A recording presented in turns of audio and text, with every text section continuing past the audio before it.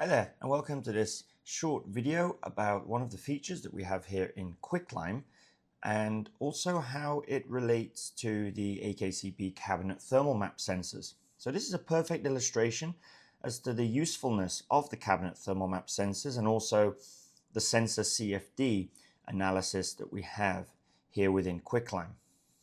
So what we've got here is a cold aisle containment data center with raised access floor, underfloor cooling, and we've utilized the sensorCFD, which is where we take actual real live sensor data and we use that as the input to the computational fluid dynamics calculations to create this model of how the airflow is moving around your facility. In this slice here, we're looking at a slice on X, but we can look at other orientations of airflow as well if we wanted to, so we can see how the air is moving around our facility. Now what I want to show you here is something interesting. So if we hide the racks, we can see our airflow pattern, and we can clearly see that we've got some hot spots here.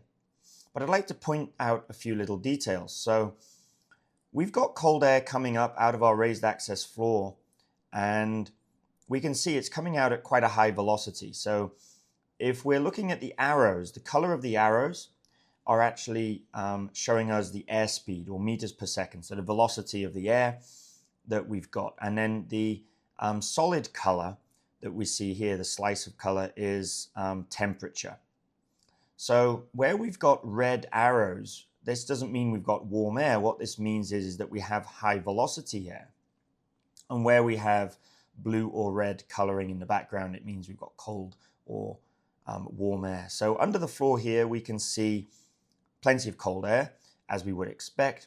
And what it's doing is it's shooting up out of this tile at a very high velocity. So we're probably over pressurizing under our floor here.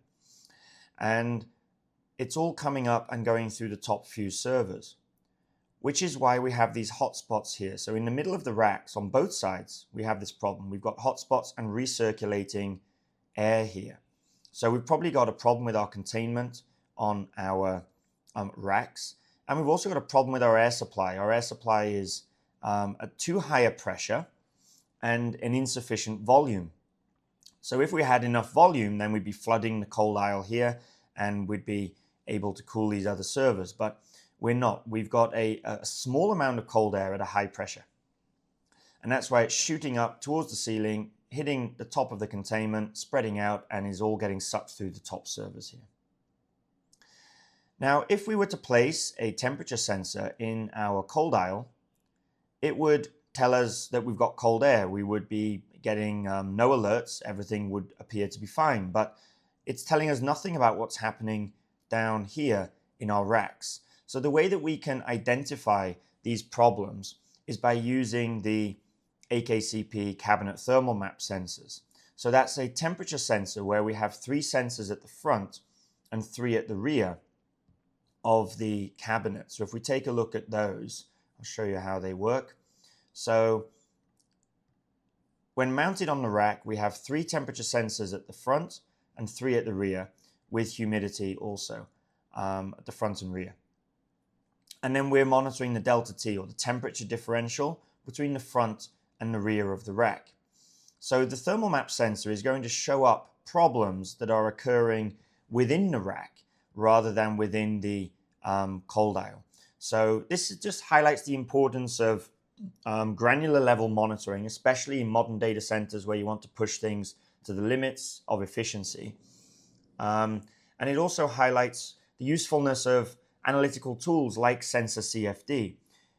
We've recently also implemented an AI engine within Quicklime, and this allows you to perform an analysis of the sensorCFD output. So you don't have to go in and look at this yourself. You can actually just view the CFD analysis report, and the AI will have analyzed the CFD output and give you recommended actions that you can use to remedy the situation. So it's really quite a useful tool, and if you want to learn more about this, then please do reach out to us at AKCP, and I'd be more than happy to take you through how you can utilize these tools within your facility to improve your efficiency, uptime, and energy usage. you.